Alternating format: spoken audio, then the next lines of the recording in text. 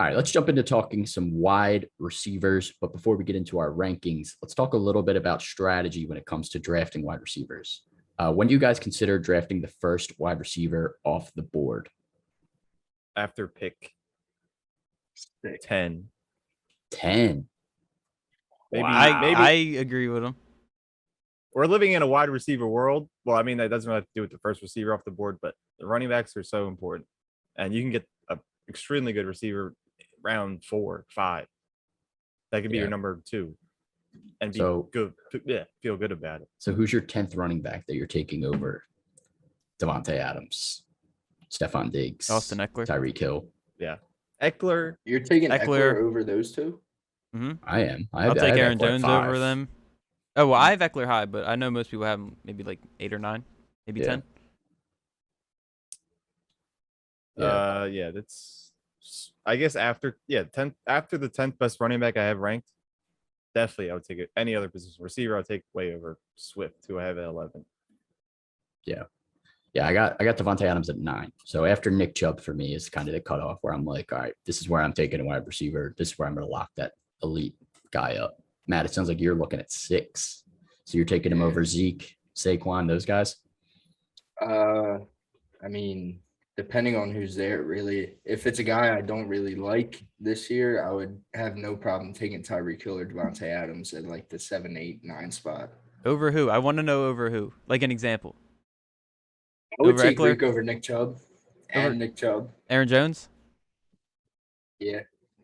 I would probably over Aaron Jones too. But I respect it. I like it.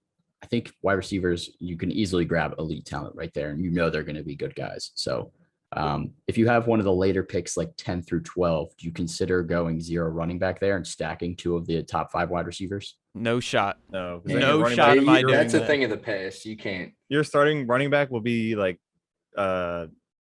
Josh Jacobs. Yeah, that's terrible. Cute. Yeah. Yeah, it won't There's be plenty cute, of though. receivers to go around. Yeah. If you're doing that, you really have to hit on the running backs later in the draft.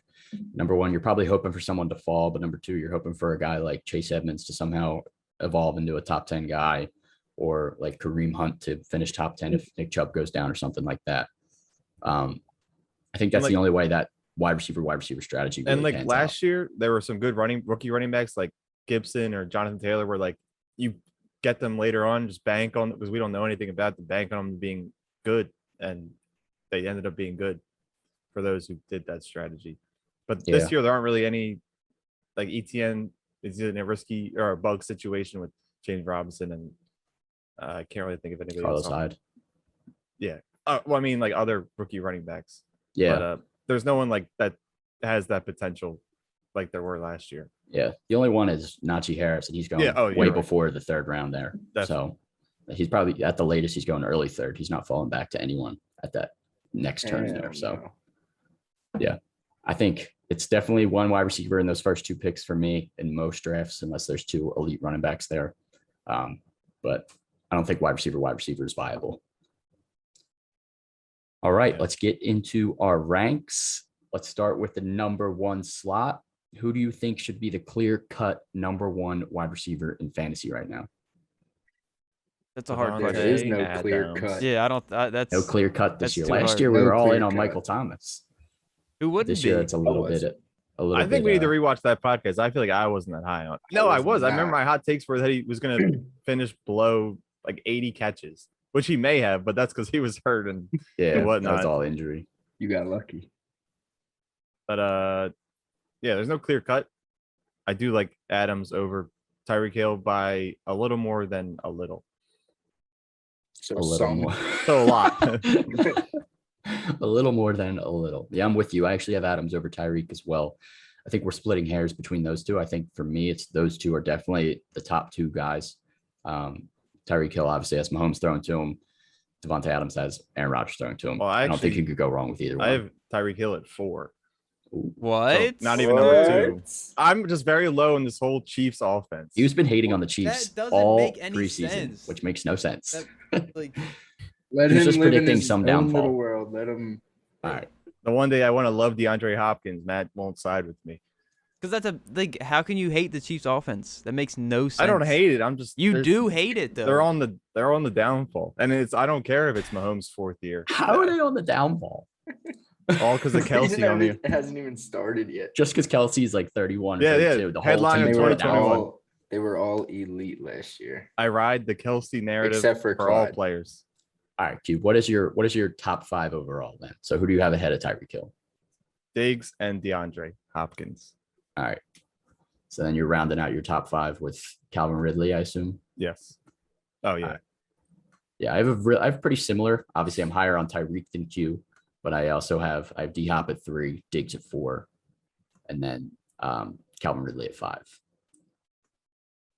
Do you guys, what do you got for your top 5 there? At 1, I think I'm the only one that has Tyreek, but unlike you do too. I didn't think that from you, but all right. It's the best offense in the league. I don't know what Q's talking about. Yeah, he's fried. Is Number, it? it He's really still drunk is. from the weekend. Yeah, dude, you need to grow up. Throw up or grow up? Whichever, probably both. You probably need both. Definitely both. Number 2, I got Davonte Adams just because. You don't really need to explain that. Monster. I got D-Hop at 3 just because, in my opinion, he's the best receiver in the league. Maybe not for fantasy, but he's the best receiver in the league. 4, I got Diggs. We saw what he did last year. And 5, I got this man. Calvin Ridley. Volume for Calvin Ridley. Yeah, especially with Julio going, he's gonna have to eat. Yeah, He's gonna feast. I'm with you with D Hop being the best wide receiver. I wouldn't be shocked if he's the one that takes that number 1 spot this year either. All right, Matt, finish us off with your top 5. What do you got? All right, I'm right there with T Gods at the top of the list. I got Tyreek, Adams, D Hop, Diggs, and this is where it gets a little tricky. And number 5, I think, is DK Metcalf.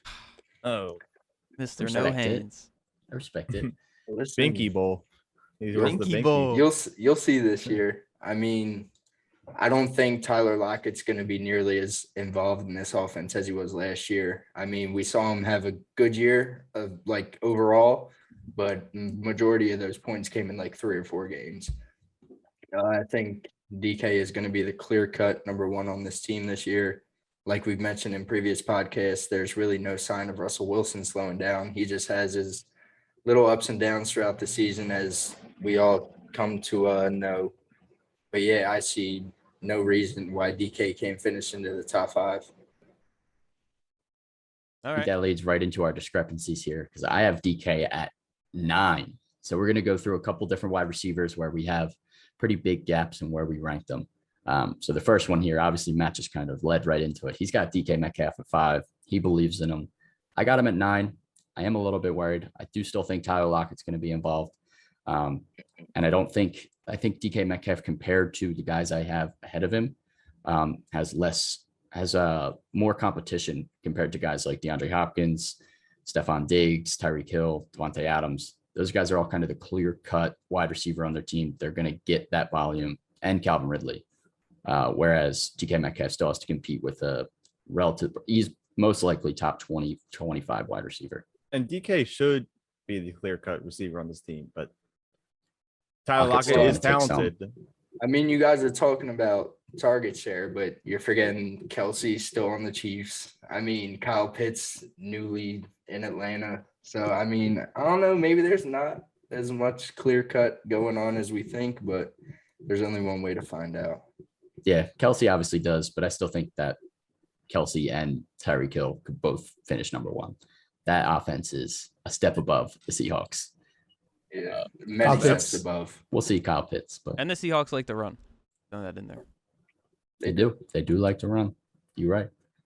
All right, let's move on to the next guy here, Terry McLaurin. Apparently, I'm crazy looking at all of our ranks. It looks like all 3 of you guys have Terry McLaurin at 11, right below his ADP of wide receiver 10. So I guess I'll have to defend him here at wide receiver 8. Terry McLaurin, I think he takes a step up with arguably one of the best quarterbacks he's played with in his career, Ryan Fitzpatrick, after catching passes from a combination of Alex Smith, Dwayne Haskins, and Kyle Allen last year, with like a 1 game of Taylor Heineke too. I do think Fitzpatrick's going to be able to move the ball downfield a little bit more. We've seen him in the past force feed his number 1 option. I think Terry McLaurin's going to get a ton of volume. And I know they did add Curtis Samuel, which might take a little bit away. I still don't think that's going to be enough to shut out Terry McLaurin. I think he's going to be the guy on that squad. That's why I'm a little bit higher than ADP. Who's your 9 and 10? So I have DK Metcalf at Oh, 9, right. as I already mentioned. Then I got AJ Brown at 10. Oh my God. The I hell? need to rewrite that list. Yeah. AJ Brown's at 10 just because they still have Julio. I believe in Julio. I think Julio might No. finish ahead of AJ Brown. Oh, No, that's not. I love Julio. He's not finishing above AJ Brown, but I do like your take on Fitzpatrick making receivers. We saw Davonte Parker last year did really well when it was Fitzpatrick and not Tua. Top 10 in front of DK is wild and no. AJ Brown. I could easily see it Yeah, happening. AJ Brown, no. I could easily see it happening. I like Terry McLaurin a lot this year, but we'll see. We'll see. I guess I am the crazy one. I'm the oddball out here. So